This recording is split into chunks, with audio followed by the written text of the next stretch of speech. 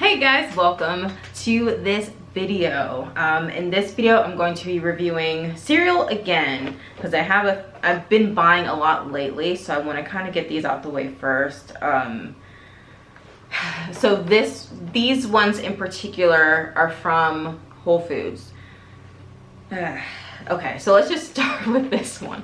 This is organic, sounds good, organic gluten-free Cinna Apple Super Rings. And I know like organic cereals can be kind of weird because I've definitely tried a lot. So, but just the fact that it was cinnamon apple rings, I did have higher expectations. That's typically a flavor that you can kind of really work with and make something taste good with the cinnamon, you know, all that stuff, apple flavoring.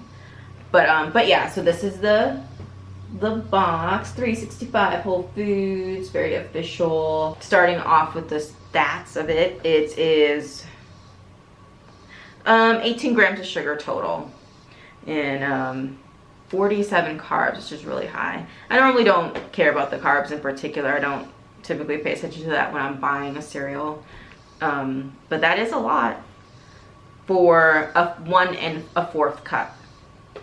And yeah, this doesn't really have that many ingredients in it. It is vegetarian and gluten-free, which is the main go-to for me because there was a lot of other organic options, but they were not gluten-free. So yeah. But this one tastes really weird. I don't even know how to describe it or what to compare it to. It almost has like a salty undertone is really what it is. It's more of a savory than sweet. And it was just not good. I did not care for this. I would not buy this again. You can hear, probably see, well, it's not a lot that comes in the bag, but you can see there's still a pretty decent amount left. Of course I gave it a chance, so I poured it a couple times, but it just wasn't getting better with each bite or just over time. So this one I'm gonna have to call a loss. And this one I think I paid like $4 something for it. So these cereals are a bit pricey and it's definitely a waste of money. But it's good to try and to know. This I do not recommend if you guys are considering buying some gluten-free cereal from Whole Foods. I would say stay away from this one. This one I would have to give a 1 out of 10 because I wouldn't buy it again. And I didn't really feel like a strong any type of apple cinnamon vibe. It just was it's very crunchy. This is the only thing I liked about the cereal is it's very crunchy. And it keeps its crunch, you know, while it's in the milk very long. But it's weird. It's just too of a salty, savory type of vibe. So I would recommend if they were to try to improve this, they would definitely have to add some more sweetness to it. It's nice that it's low sugar, but not if it's gonna taste bad. I mean, most people want their cereals to be on the sweeter end or just to taste good if it's not. And this does not taste good. So they gotta work on this one. And it gets even worse than that. This second cereal I'm gonna do is from the Whole Foods brand as well. It is gluten-free Marshmallow Galaxy. And that is what this looks like. And you know, it looks very enticing because it gives you the Lucky Charms vibe. So I mean, you know, it's like, I know I can't go wrong with Lucky Charms, but I know when it's some organic option like this that it's gonna be 50-50. But I wanted to give it a chance just in case I did like it because it seemed like it would be an amazing option to add to the cereal thing. But this has 51 carbs for 1 1/4 cup. More like 30 grams of sugar, and it is low sodium and gluten-free, which is great. And that's where it starts. That's where the greatness ends.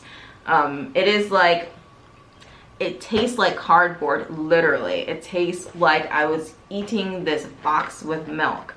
I was just like, what is going on? Like, the marshmallows didn't really have any special sweetness or any real goodness to it. And yeah, it was overall just really terrible. Other than the benefits of it being gluten-free and organic, it's just, that's pretty much it. It's just not good. I definitely do not recommend this. I recommend that you stay away from this and try something different. And if you're not on a gluten-free diet, you'll have way more options. So they have plenty of cereal options. It's just I was limited to gluten-free. And so when I picked this one, that was a wrong decision. And this one was about $4-ish as well. So yeah, stay away from this one. I would give this one probably like a, I have to give this one a 1 out of 10 too, or like a 0 out of 10, because I would definitely never buy it again, and I would never recommend it. Only way I would try it possibly again is if they did a new and improved version, and I guess they would have to add extra sugar, because there was no sweetness. There really wasn't, just the flavor, and I can't describe it any way other than it just tasting like cardboard, unfortunately. But yeah. So this, I guess this is like a bad cereal food review, basically. My other one was definitely more positive, and I like those cereals more. So yeah, at least if you guys shop at Whole Foods, these are 2 that I recommend you don't buy. At some point I'll have to do good 365 brands to recommend. But yeah, thank you guys so much for watching my 365 Whole Foods cereal review. And please subscribe, and I will see you guys soon.